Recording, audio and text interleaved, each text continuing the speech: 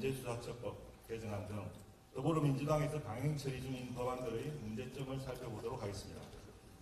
먼저 법사위의 주진우 위원님께서 법안별 주요 내용을 설명해 주시겠습니다.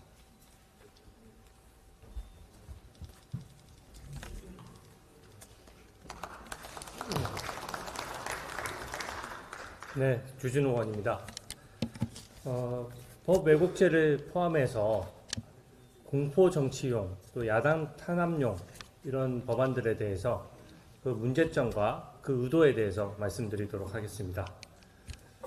원래 입법 권력이 수사권과 재판권을 장악하려고 하는 것은 세계사적으로도 독재 국가에서나 가능했던 일입니다. 근데 그것이 버젓이 2025년도에 대한민국에서 일어나고 있다는 점에 대해서 굉장히 분노하지 않을 수 없습니다. 지금 이재명 정부 들어서서 입법권이 수사권과 재판권에 관여하려는 모습이 지나치게 과도한 것을 다 목격하셨을 겁니다. 특히 민중기 특검 같은 경우에 특검 자체를 민주당이 임명하지 않았습니까? 그 결과가 어떻습니까? 오늘 언론 보도를 보니까 통일교에서 민주당의 인사들 15명에 대해서 금품을 전달했다. 또 그와 관련된 진술이 있었는데도 민주당 인사들은 단 한 명도 수사하지 않은 채 캐비넷의 수사 기록을 처박아 버렸습니다. 왜 이런 현상이 일어나겠습니까? 수사권이나 재판권은 공정성이 핵심이고 정치적 중립이 핵심인데 그 가장 기본적인 체제를 무시하고 민주당이 일방적으로 특검을 지정하다 보니까 그 민중기 특검은 민주당의 눈치를 볼 수밖에 없고 민주당의 하명을 받을 수밖에 없는 것입니다. 저도 수사기관에 상당 기간 근무해 봤지만 이렇게 금품 비리와 관련된 진술이 무더기로 나왔는데 통으로 아무것도 하지 않은 채 무마하는 것을 한 번도 본 적이 없습니다. 이 상상조차 할 수 없는 일이고 또 그것을 그렇게 할 수 있었던 배경에는 지금 이 법 왜곡죄와 같은 수사권과 재판권을 장악하고자 하는 민주당의 악의적 의도가 지금 숨어 있다고 생각합니다. 특히 이 15명 인사 같은 경우에는 수사를 하지 않은 것이 이미 저는 민중기 특검의 직무유기 혐의가 이미 성립을 했다라고 생각합니다.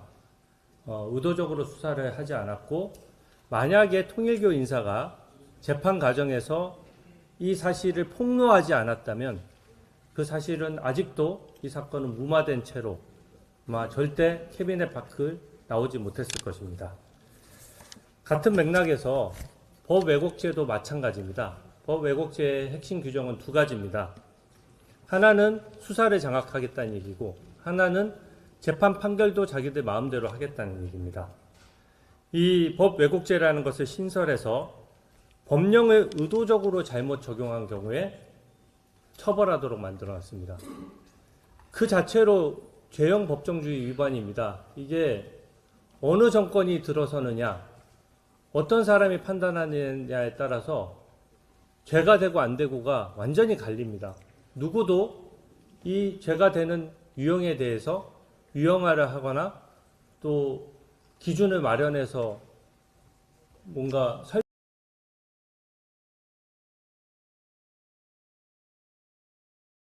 설명을 할 수가 없습니다. 그걸 왜곡해서 적용할 수 있는 것입니다.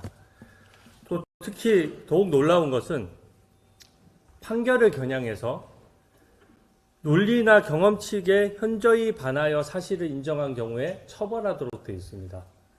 굉장히 어이없는 규정이죠. 논리나 경험칙에 반한다는 것은 그 판결문 내용을 보고 민주당 인사들이나 이재명 정부 사람들이 봤을 때 이것이 본인들한테 불리하다고 판단되면 사실상 이 판결 결과를 뒤집어 보겠다는 발상이 들어가 있는 것이고 그 판결문을 뒤집는 방식이 정상적인 사법체계에서 이루어지는 것이 아니라 이 재판에 참여했던 검사 판사들을 감옥 보내고 처벌함으로써 뭔가 압박함으로써 이 유리한 판결을 이끌어내겠다는 악의적 의도가 숨어 있는 것입니다. 베네수엘라 예를 들지 않더라도 많은 독재 국가에서 판사와 검사들에 대한 무더기 구금, 구속이 다 있었습니다. 그 정권이 오래간 정권이 있는 줄 아십니까? 단 한 정권도 오래가지 못했습니다. 이것은 사법부의 기본적인 틀을 허물고 독재 정권에 대해서 완전히 독재 선언을 하는 것이기 때문에 결과적으로 순간적인 장악은 했을지 몰라도 국민들의 큰 저항을 받아서 결국 다 모든 정권이 무너졌다는 말씀을 드립니다. 특히 좀 충격적인 부분은 북한에도 부당 판결죄가 있습니다. 저희가 북한에서나 있는 법제를 가져와서 되겠습니까? 북한은 공산당이 기본적으로 입법, 사법, 행정의 가장 위에 있습니다. 모든 행정 권력과 입법 권력, 사법 권력 모든 것은 당의 결정을 명시적으로 위반할 수 없습니다. 근데 이것을 혹시 이제 북한의 재판부가 혹시 당의 말을 안 들을까봐 만들어 놓은 것이 부당 판결죄입니다. 그 얘기는 공산당 말 안 듣는 판결은 처벌하겠다는 얘기입니다. 근데 제가 이번 법제를 보면서 느낀 것은 북한에서 부당 판결죄를 하면 노동 단련형이라고 해서 예전에 왜 우리 아오지 탄광 보낸다고 하지 않았습니까? 그런 식의 아주 힘든 노동을 시킴으로써 처벌을 하는데 이 북한에서조차 징역 5년입니다. 근데 지금 법 왜곡죄는 징역 10년 이하로 설계가 되어 있습니다. 그럼 결과적으로 이 어떤 판결을 할 때 민주당에 불리한 판결을 내놓을 때 또 민주당이 무리해서 특검을 가동해서 무리한 영장을 청구해서 그것을 기각할 때 판사들 입장에서는 10년간 감옥 갈 각오하고 민주당에 불리한 재판을 하라는 얘기입니다. 그게 말이 되겠습니까? 어떠한 사법부나 그 수사기관에 어떠한 영향도 미치지 않기 위해서 우리나라는 재판 기피제도, 회피제도, 제척제도 같은 것을 둬서 약간이라도 이해관계가 있으면은 재판부가 그 사건을 피할 수 있도록 되어 있거든요. 근데 이것은 민주당 관련된 사건이면은 감옥 갈 각오하고 재판해라. 이걸 한마디로 그렇게 표현할 수 있을 것 같습니다. 두 번째는 공수처법 개정안입니다. 이게 무제한으로 공수처 수사 범위를 확대하는 건데요. 이번에 대법원장, 대법관 그리고 검사, 판사들이 다 포함됐고 그 포함된 범위에 모든 범죄를 수사하겠다라고 수사 범위를 확대했습니다. 크게 두 가지를 제가 문제점을 지적하고 싶습니다. 공수처 지금 민주당 정권에서 만들었습니다. 문재인 정부 때 많은 문제점을 지적하고 우리 당이 그렇게도 반대했음에도 불구하고 일방 통과시켰죠. 그때 뭐라고 했습니까? 권력형 비리, 고위공직자 비리 없애겠다라고 했는데 무려 지금 5년이 지나는 동안 혈세 수백억 원 다 낭비해 가면서 민주당 인사를 몇 명 수사했는지 아십니까? 0명입니다. 민주당 정권의 고위공직자들이 그렇게 많고 수사 대상이 많았는데 동네 파출소만도 못한 수사를 한 겁니다. 어떻게 5년이나 어떤 명색이 대한민국 최고 수사기관을 표방하면서 만들어진 기관이 여당에 대한 수사, 민주당에 대한 수사를 한 사람이 명명일 수가 있습니까? 실제 지금 기소돼서 유죄가 확정된 사람은 손에 한 손가락에도 꼽힐 정도입니다. 대부분 무죄 나고 대부분 영장 기각되고 민주당 인사들은 하나도 수사 안 하고 지금 민중계 특검에서 통일과 관련된 금품수수 진술을 정말로 구체적으로 받았는데도 수사 안 하는 장면과 똑같지 않습니까? 수사기관이라고 할 수 없습니다. 이럴 거라면 민주당 산하에 설치하는 게 맞죠. 근데 명색은 국민 혈세를 드리고 민주당에 반대하는 국민들의 세금까지 들여서 이 수사기관을 만들고 인력도 확대하고 민주당이 유일하게 검찰청 없애면서 공수처는 인력과 예산 늘리겠다고 하지 않습니까? 왜 그렇습니까? 실적이 없는데 왜 늘리려고 합니까? 자기 편이라는 자백입니다. 특검도 자기 편이라는 자백이에요. 왜 특검의 잘못이나 특검에서 민중기 특검 수사하는데 버젓이 멀쩡한 우리 대한민국 국민이 죽었는데 왜 감싸고 돕니까? 그런 면에서 저는 공수처법 개정안도 이 민주당이 공수처는 확실히 우리 편이다 라고 국민 앞에 자인하는 겁니다.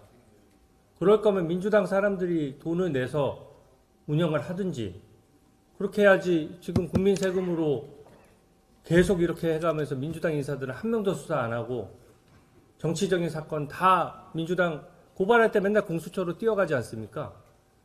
그게 공수처의 부당성을 객관적으로 입증하는 것이다. 그렇게 보고 있고요. 특히 왜 무제한 수사 범위를 했을까요? 사실 판사 검사에 대한 수사를 통해서 판사 검사의 권력 남용을 방지할 필요성이 있다면 직권 남용이나 뇌물이나 직무상 관련된 범죄로 한정해도 되거든요. 근데 왜 모든 범죄를 했겠습니까? 지금 민주당 입맛에 안 맞는 검사 판사들에 대해서 저도 법사에 있어 보지만 뭘 하고 있습니까? 들은 사람으로부터 제보를 받았다면서 판사들 검사들 조리돌림 하지 않습니까? 청문회 열어서 판사 검사들 증인 신청해서 불러서 망신 주고 답변하려고 그러면 답변 못하게 하고, 답변도 못하게 할 거면서 청문회 왜 부릅니까? 그런 식으로 정치 권력을 이용해서 이 검사 판사의 한 개인을 압박하고 공격하는 모습이고요. 그것을 하려면은 죄명에 제한이 없어야 되는 겁니다. 들은 사람으로부터 접대를 받았다, 뭘 했다, 부적절한 점심자리를 가졌다, 이런 것들 대충 걸어서 의혹 제기하고 마음대로 불러서 수사하고 망신 주겠다는 거 아닙니까? 저는 그래서 공수처법 무제한 수사 범위 확대, 이것도 역시 수사와 재판에 관여하기 위한 수단일 뿐 전혀 국민을 위한 제도가 아니다, 그렇게 생각합니다. 오히려 이렇게 되면요, 각 수사기관들이 난립하고 수사 범위와 수사 권한이 겹치면서 결과적으로 엉망진창이 될 겁니다. 소위 말하는 본인이 승진할 수 있는 사건, 민주당에 잘 보여서 한자리 할 수 있는 사건에 대해서는 이번 특검 수사들처럼 오버하는 장면이 만들어질 것이고, 서민들 어려운 사건, 힘든 사건, 머리 아픈 사건은 서로 핑퐁 치면서 사건을 수사 안 해서 서민들의 피해만 가지고 될 것입니다.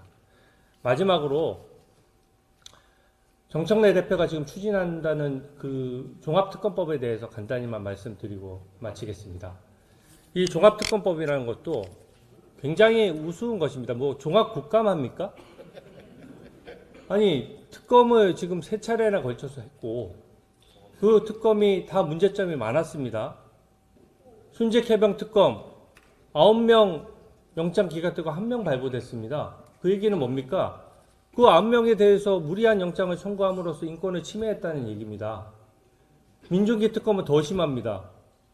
버젓이 같은 공여자, 자금 출처도 같아요. 통일교라는 자금 출처도 같고 전달한 사람도 같고 전달한 배경도 다 같고, 그런데 받은 쪽이 민주당이면 무조건 성역처럼 수사 안 해야 됩니까? 그런 식으로 민주당이 일방적으로 임명한 특검이다 보니까 굉장히 편파적인 수사를 했고, 그 과정에 강압수사에 따라서 사람이 사망한다든지 특검에서 술판을 벌인다든지, 심지어 특검 공무원이 특검의 수사관이 자기도 공무원이니까 연금 달라고 국가를 상대로 소송을 한다든지 기강이 이루 헤아릴 수 없을 정도로 해이해졌습니다. 그리고 내란 특검은 더 말할 것도 없죠. 지금 제1야당이 우리 당을 수사하면서 온갖 무리한 압수수색 다 해놓고 결국 우리 추경호 전 원내대표에 대해서 공범조차 기재하지 못한 채 영장 청구했다가 기각됐지 않습니까? 그러니까 또 기계적으로 기소를 하고, 일단 선거용으로 기소해놓고 보자는 거 아닙니까? 이 법원의 기각 사유를 보면 소명 부족입니다. 말은 그렇게 써있는 그 상용 문구거든요. 범죄가 입증되지 않았다는 것을 아주 강렬하게 지적하고 어떻게 보면은 질책했는데 그대로 무시하고 재판에 해부하지 않습니까? 저는 이런 일련의 현상들이 3대 특검 모두 민주당 발밑에 또 무릎 꿇고 수사하는 장면이라고 생각하고요. 종합특검법, 우리 국민 세금 들어가는데 왜 그런 판을 한 번 더 해야 됩니까? 이게 지금 민주당의 강성 지지층을 보고 어떤 경쟁을 하는지 몰라도 국민 세금을 이렇게 허투루 쓰면서 우리 사법체계를 망가뜨려서는 안 된다고 생각합니다. 네. 이것으로 마치겠습니다. 고맙습니다. 네, 주진우 의원님 수고하셨습니다. 이어서 서울중앙지법 부장판사를 임하신 박형명 변호사님의 발표를 듣겠습니다.